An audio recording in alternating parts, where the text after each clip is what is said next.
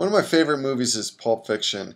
There's a scene at the end where Vincent is having this conversation with Jules about the miracle, and he turns around and asks the kid for his opinion with the gun in his hand, and he accidentally shoots the kid in the head, and there's blood all over the car, which creates this interesting dilemma because they can't drive around the city with the blood, brains, and guts all over their car. So they go to the friend's house, Quentin Tarantino's character, and they call Wolf, the cleaner, the man who's going to come in and take care of it all. And this guy is cool, calm, collective. Wolf, this Wolf character, he knows exactly what to do. He handles the situation and gets him out of a real bind. Now, I think it's really interesting because there's so many parallels in our lives where we create complete messes, disasters, just situations where we get ourselves in a real bind or a lot of trouble. And then we look for a cleaner. We look for something to fix it. And we all have our cleaners. For some people, they'll run to spirituality. And that's going to fix the mess that I've created for myself. Other people run to the doctor. Doctor, give me the pill, perform the surgery, do the operation to repair, to clean all the bad habits that I've, eating habits that I've accumulated over the years. We go to our parents. We get in bad financial situations. Go to credit cards. We go to friends, family, loved ones. You get the idea. And some of us don't turn to people. We turn to escapism, materialism, alcoholism, foodism, you name the ism. It exists. And there is always a trail. It's interesting because there's always a trail that if we follow that trail, we could and go backwards and backstep and follow that trail. It is really clear and evident that we're teetering on the edge of the cliff. We're going to fall off the edge of the cliff, or we're going to get seriously injured. And you just look at the mortgage situation. I had some friends who were involved in mortgage brokers, and they were making money hand over fist. So many people were making money, and it's hard to kind of be the bucket of cold water splashed over people's heads, a dose of reality, and say this can't go on forever. It's easy money given to people that probably shouldn't be given the loans they're given, and it's the house of cards is going to come crashing down. But people don't want to hear that at the time. And just like we don't want to hear how our habits, routines, our daily choices affect our future outcomes.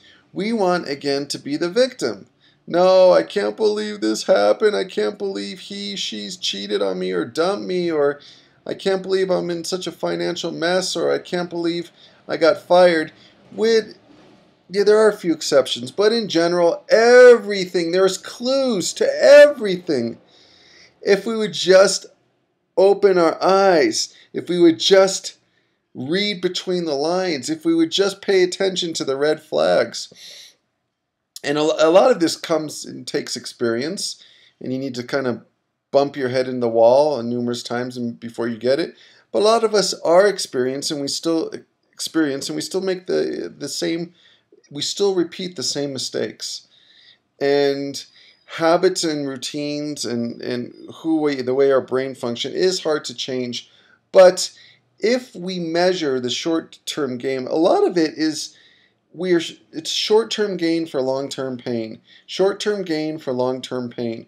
We're so focused on the immediate satisfaction, the pleasure principle, that we don't look at the long-term consequences of our daily choices. And really, when we need a cleaner, or when our life gets out of control, or when we're miserable or unhappy, depressed, and all these things, there is a a million small, seemingly insignificant actions that we have taken in the past, which has led to the current result, the current situation.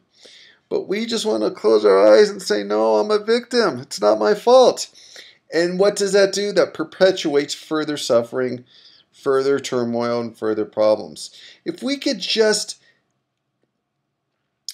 tune in and realize how important the cumulative effect of our actions are, and practice some self-discipline, self-control, delayed gratification, it's amazing the long-term result of just practicing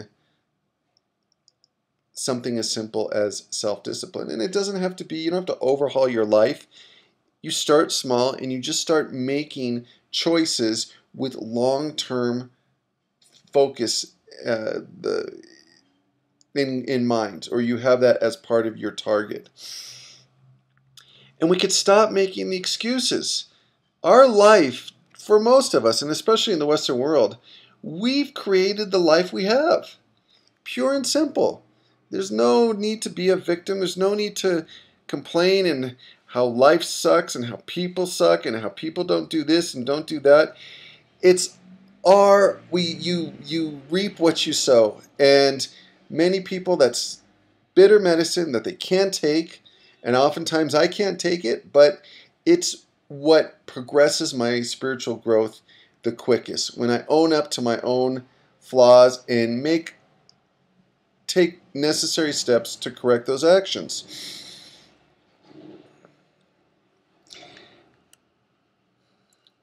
So, where do we go from here? I think one of some helpful tools, I'm a big believer in journal writing, is to start writing a journal, and then you could start seeing the consequences or the results of your daily choices, seemingly insignificant daily choices. You look back and you go, oh my God, you've written for 3 months. Now I know why I'm in the situation I'm in, and then you could change courses, take a different path, and say, I'm empowering myself because I don't need to rely on other people. I don't need a cleaner. I'm my own cleaner through prevention. An ounce of prevention is worth a pound of medicine. And some of the things that we can do is preparation. One of the great bumper stickers one of my friends had on his car, it's not about meeting the right person, it's about becoming the right person. And so often and I was in that stage too, is that oh my God, if only I could meet the right person. There's no good guys, there's no good girls out there. Woe is me, wah, wah, wah. And meanwhile, we spend no time in really truly developing in self-development and getting to know ourselves and rooting out some of our neurotic, self-destructive behaviors that cause relationships to go awry. So, take a deep breath, and I think, every week, every month, even maybe every night, do a self-assessment. Hey, what went right? What did I do right? What things can I improve? And use it not as a tool to beat ourselves up, but as a tool to propel us forward in the direction that we want to be. And everything leaves breadcrumb trails. And just follow the trails, like the expression, you could find pretty much anything in crime and in anything if you just follow the money. And what we need to start doing is following our previous seemingly insignificant past actions, because that will be a clear indicator why we are where we're at. Yeah. Anyways, thank you very much. As always, I appreciate your comments, and have a wonderful day.